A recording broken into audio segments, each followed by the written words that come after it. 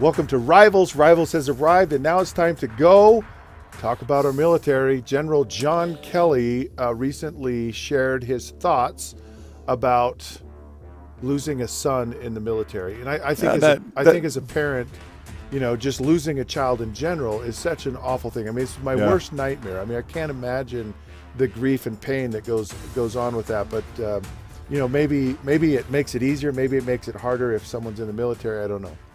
I don't think it's easy for anybody in the military or outside the military. I've lost two brothers in my lifetime, and my dad's lost four children. Two children in our family that are older than me that I didn't know. But I can't imagine being my father and losing four kids. I think about it, and I've lived through two of those. But when I listen to General Kelly in this talk, man, it just ripped my heart out, because it was military, and I'm a military guy. I mean, both my brothers served, my dad served. My uncle served in World War I, family in Civil War, family served in the Revolutionary War. I mean, you hear about these stories in your family growing up. And so I'm very passionate and very patriotic. Our home is patriotic. And to hear General Kelly tell the story. You served in the Holy War. The Holy War versus BYU Utah War. Utah. Back when the holy side always won back then. The holy moly side. It's right. BYU would win that. Now, I don't know what's happening now. Yeah. But General Kelly, he lost his own son, and so he was really torn, because people brought politics into that phone call, and we're not going to go down a political road, but the Gold Star families get a call, and they talked about how, that one officer sits outside of a home waiting for the lights to turn on in the morning, and when that light turns on, then they approach the house to tell the family that they've just lost their loved one in some conflict or battle or military mishap, and it just rips your heart out. And to hear, I thought if you need to go on YouTube and listen to General Kelly's talk, if you haven't listened to it, because he just, it was so heartfelt, and he lost his own son, and heart-wrenching to see what the military families go through, and those men or women that go to tell the Gold Star family that they've just lost their loved one, that whole process. Yeah, I can't imagine, the pain that would go with that. But I have to also think that there's a measure of pride and appreciation for a willingness to put your money where your mouth is and go and serve our country and fight for our freedoms. On my show Helmets Off, I had Rocky Blyer, who was a longtime Pittsburgh Steeler. Running back, won 4 Super Bowls, and had fought in the military during the Vietnam War, and was actually wounded. And I had a conversation, because I think about this. It would be so hard for me to be a parent and know my child is in harm's way on a daily basis. It would just be a very stressful thing. Now, you'd wear your knees out praying for them. Sure you would. Morning, noon, and night, just watching over them in your mind and prayers and no question. But I wonder what it was like, or what would it be like, or how would I respond if I was in that situation, if I was that son out there fighting for our freedom, and what would be going through my mind as I went into battle? Would I cower in the corner, or would I be leading the charge, or how would you feel? And so I asked Rocky Blyer about that. What was it that went through your mind? And he gave me such an interesting response, and it kind of surprised me, because I think I'd be scared to death. And he goes, the personality that you have before you go into battle goes into battle with you.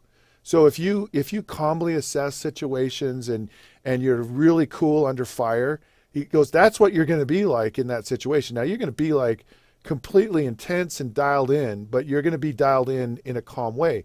If you're someone who's just really fiery and energetic and crazy and off the wall, you're going to go into battle with that attitude amped up about, times 100. Yeah. And he said, that's what I experienced. And he said, I always like to go into battle kind of having a little bit of both of those. I liked that I knew I had people around me that were calm and collected, but I also liked that there were people that were kind of, Katie bar the door, all engines full steam ahead, and here we go. And I'm going to be ripping off heads and just, tearing into things. And I kind of think of the rivals here. We're kind of made up that way. What would it be like in battle together? More of a cerebral side of things, over here, and there's the Tasmanian devil on the other side. I've always pictured myself defending Scott. He's over in the corner kind of hiding, and I'm out there, cutting everybody's heads off. No, you wouldn't do that. We'd be in battle. I don't know, but I'll tell you what I'd do. I'd go into battle with you any day of the week. I would too. 100% of the time. I would too. Can you believe I've become friends with this guy working together? But we would. And honestly, that true courage is that person that is able to overcome their fears, in a terrible situation and still be able to act bravely and do what they have to do. Because bullets flying all over the place and it's service. It really comes down to, you and I've talked about service of each other and how service solves so many problems in racial discord and political problems. Because when it comes to the time that you serve your brother, and there's no greater, I think, service in the world than those people that lay down their life, for all of our freedoms. No question about it. And, as Americans, man, we just, you look in our history, and if you know history, you see the hundreds of thousands and hundreds of thousands of American lives laid out there from the Revolutionary War and before, for our freedom and our liberty and what we have, and all the way through every war and confrontation, and to be a part of the greatest nation on earth where all these where there's been wrongs in our history, but we have a government in place that has corrected those wrongs overall, in a system that makes wrongs right and move forward, and we serve each other as Americans. And, I don't think we could ever do anything more, as Americans than to honor the flag and the national anthem and those that have served for us, no matter what color of skin or what religion, where they come from, man. They're our American family laying down their lives for us and in the military and their sacrifice. And we owe it to them and everything they've sacrificed and what it's the righteous good things of America that stood for, freedom and liberty and justice for all. And all these people have died for us, to go out there and just give them our respect during the national anthem and, put our hand over our hearts or salute and be a part of that and recognize the sacrifice of those that have gone before us. Well, and those sacrifices have come from men and women of all different races, colors, and creeds. And they're just average Americans who have basically said, I'm going to get out of my life. I'm going to go out and I'm going to do my part. And that's the thing that makes America great, is when all of us we just get together and regardless of how we feel about things, whatever our persuasion is, whatever our race, whatever our color is, and we just get out and we just say, hey, the greater good is the most important thing here. Yeah. And I'm just going to make a small sacrifice. And if we all can do that, and as we do that individually, we can move mountains. We can change things in the world.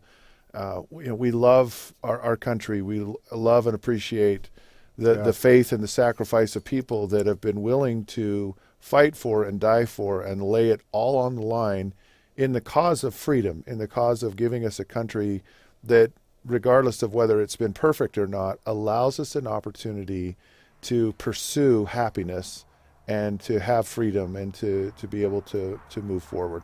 Rivals has arrived, and now it's time to go, and we encourage all of you to go out and serve and find the great things that are there in our country. If you'd like to join us, we'd love to have you. You can text Rivals 65537. Hope to see you soon. God bless America.